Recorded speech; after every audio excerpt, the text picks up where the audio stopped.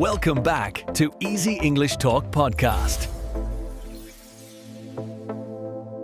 You study English for months, maybe years, but one question keeps coming back. Am I actually getting better, or am I just fooling myself? Today, we're going to show you exactly how to find out. Hello, everyone, and welcome to Easy English Talk Podcast. I'm Ryan, and with me, as always, is Priya. Today, we are discussing how to test your English level. Hi everyone, glad to be here. And Ryan, this is such an important topic because so many learners have no idea where they actually stand. They feel lost, unsure if they're improving or just spinning their wheels. Exactly right. And here's why this matters so much to you right now. If you don't know your real level, you can't make a good plan to improve. That's the core problem. Without knowing your level, you might study the wrong things, waste time, or lose motivation completely. It's like trying to reach a destination without knowing where you're starting from. So in this episode, we're going to give you clear, practical ways to test yourself. We'll cover free methods, paid tests, and ways you can check your skills right at home. By the end, you'll know exactly how to measure your progress and what to do next. And we're keeping it simple and direct. No confusing terms, no overwhelming information, just clear steps you can actually use today. Perfect. So let's start with the main problem. Why do so many English learners have no idea what their real level is? What's going on here? Well, first of all, most learners never actually test themselves properly. They just keep studying without stopping to check where they are. It's like driving without ever looking at the map. Right. And even when people do try to check, they often use the wrong methods. Maybe they take a random quiz online that doesn't really measure anything useful, or they just guess based on how they feel that day. Exactly. And feelings can be super unreliable. One day you might feel confident because you understood a movie. The next day you struggle in a conversation and think you know nothing. That's such a common experience. Your confidence goes up and down, but your actual level changes much more slowly. So you need something more objective, something that gives you real data. And here's another issue. Many learners don't understand that English has different skills. You might be good at reading, but weak at speaking, or strong in grammar, but poor in listening. That's a really important point. You can't just say, I'm intermediate and leave it at that. You need to know which specific skills are strong and which need work. Absolutely. Without that breakdown, you can't target your weak areas. You end up studying everything equally, which isn't efficient at all. So the main problem is this lack of clarity. People don't know their level, don't test properly, and don't understand their specific strengths and weaknesses. That's what keeps them stuck. And it's frustrating because the solution isn't complicated. You just need the right approach and the right tools. Once you have those, testing becomes straightforward. Okay, so now let's move into solutions. Let's start with the main question. What does it actually mean to have a certain English level? Great question. Most official systems use something called the CEFR scale. CEFR stands for Common European Framework of Reference. And what does that scale look like?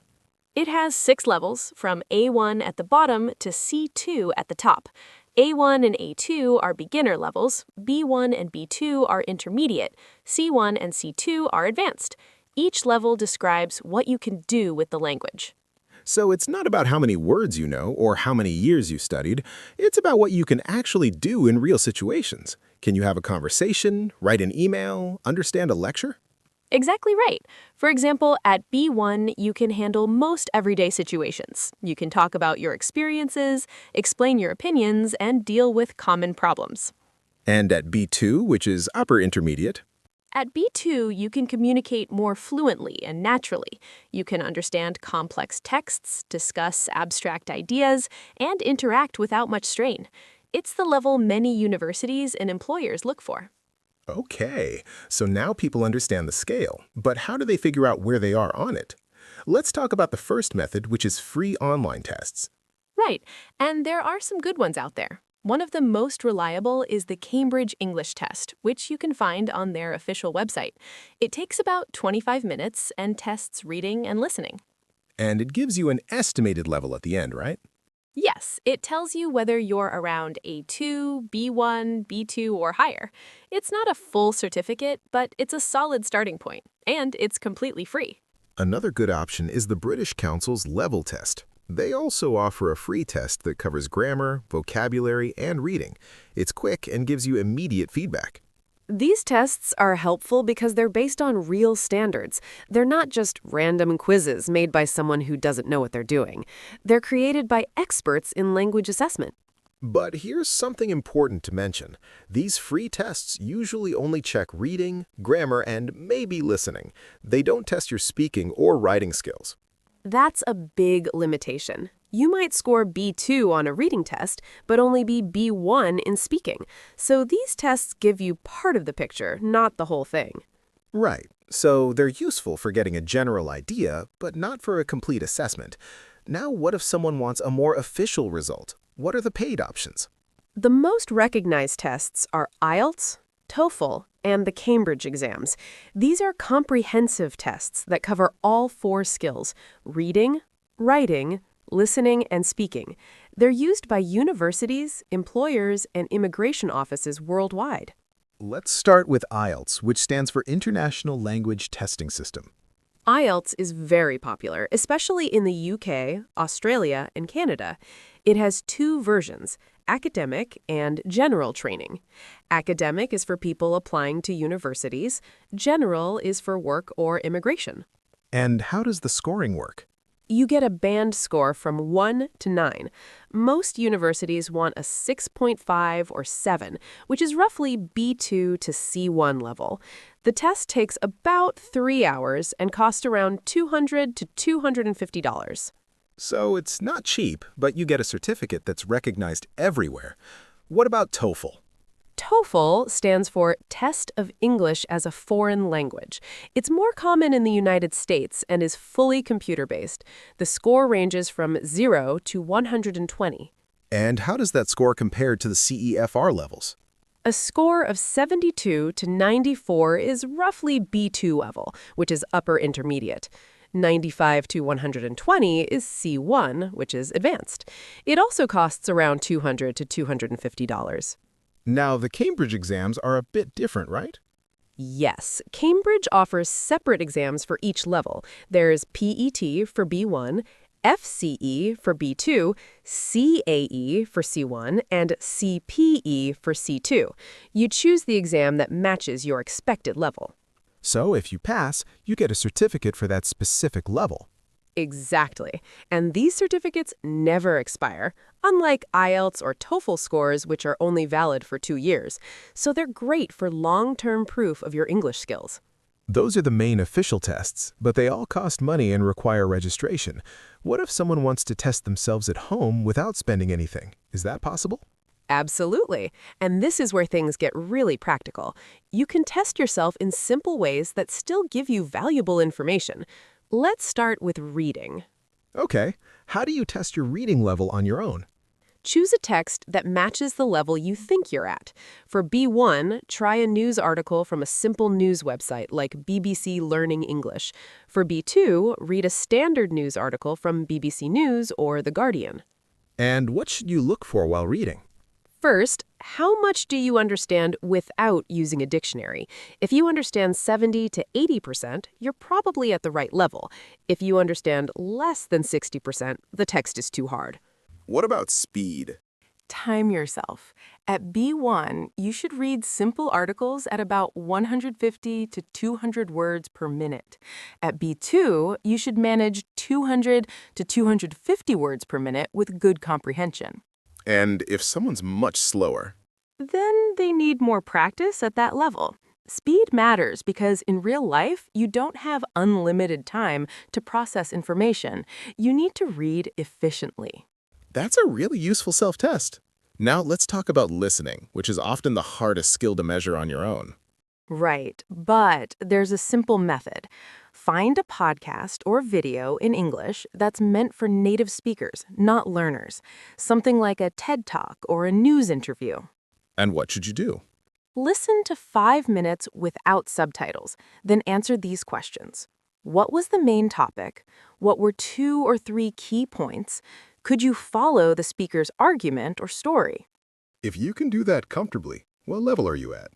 If you understood the main ideas and most details, you're probably B2 or higher. If you only got the general topic but missed many details, you're likely B1.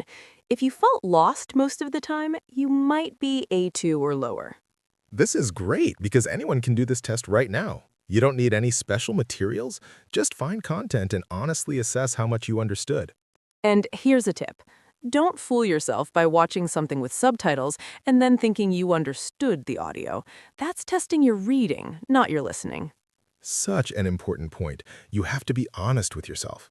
Now, what about speaking? That's probably the trickiest one to test alone.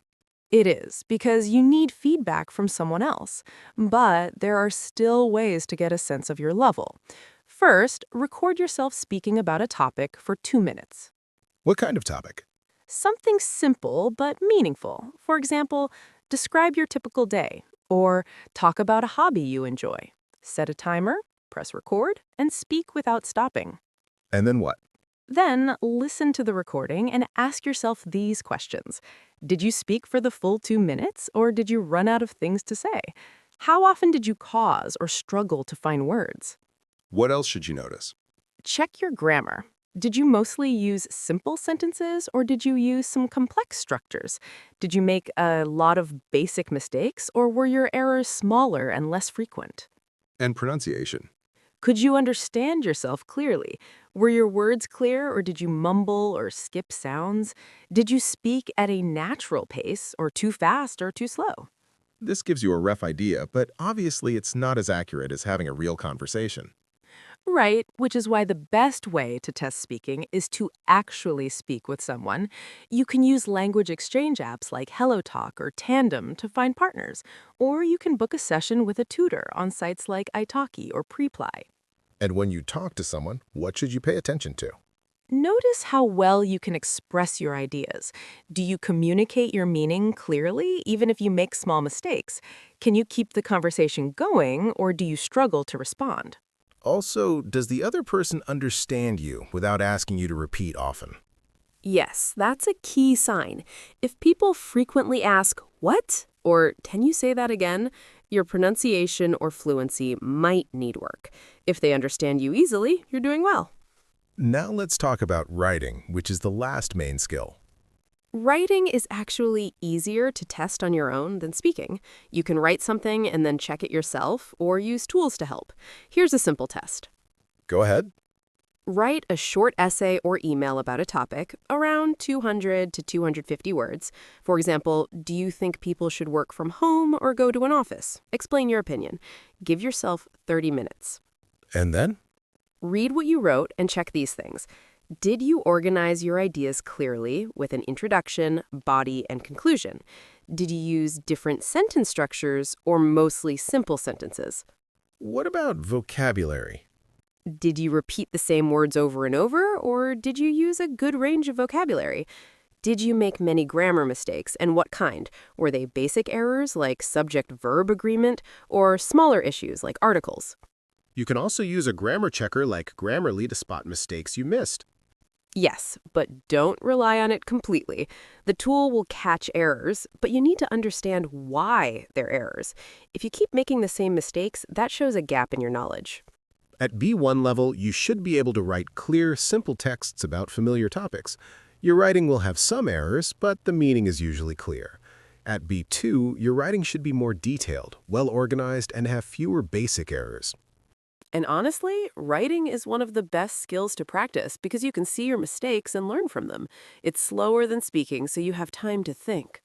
All right, we've covered how to test each skill, but here's something important to understand. Your level isn't just one number or one letter. Right. You need to think of your English ability as a profile, not a single score. You might be B2 in reading, B1 in speaking, B2 in listening, and B1 in writing. That's completely normal. And once you know that profile, you can focus your study time on the skills that need the most work. Exactly. If your speaking is weaker than your other skills, spend more time practicing conversations. If your writing lags behind, do more writing exercises. This is so much smarter than just doing a little of everything and hoping for the best. It really is. Targeted practice is the fastest way to improve, and you can only target your weak areas if you know what they are. Now let's talk about how often you should test yourself. This depends on how intensively you're studying. If you're studying every day, test yourself every 2 to 3 months. If you're studying a few times a week, test every 4 to 6 months. Why that timing? Because language improvement takes time. If you test yourself every week, you won't see meaningful progress, and that can be discouraging. But if you wait 6 months or a year, you might stay at the wrong level too long. So 2 to 3 months is a sweet spot. Yes, it gives you enough time to improve, but keeps you aware of where you are. And here's a tip. Keep a record of your test results. Write down your scores or your self-assessment notes. Why is that helpful? Because when you look back after 6 months or a year, you'll see clear evidence of your progress. Maybe you struggled to understand a podcast in March, but by September, you understood it easily. That's motivating. It also helps you see patterns. Maybe you notice that your reading improves quickly, but your speaking stays stuck. That tells you where to focus your energy. Exactly. It's all about self-awareness. The more you understand your own learning, the better decisions you can make. Now, here's a question some people might have. Do you need to pass an official test like IELTS or TOEFL? It depends on your goals. If you need English for university, immigration, or certain jobs, then yes, you'll need an official certificate. But if you're learning for personal reasons, travel, or general communication, you don't need to spend the money. Right. Official tests are for specific purposes. And they're stressful and expensive. Don't take one unless you actually need the certificate for something. For personal progress, the free tests and self-assessments we talked about are more than enough. That's a relief for a lot of people, I think. Definitely. And remember, your level isn't who you are. It's just information to help you improve. Don't feel bad if you're at A2 or B1. Everyone starts somewhere.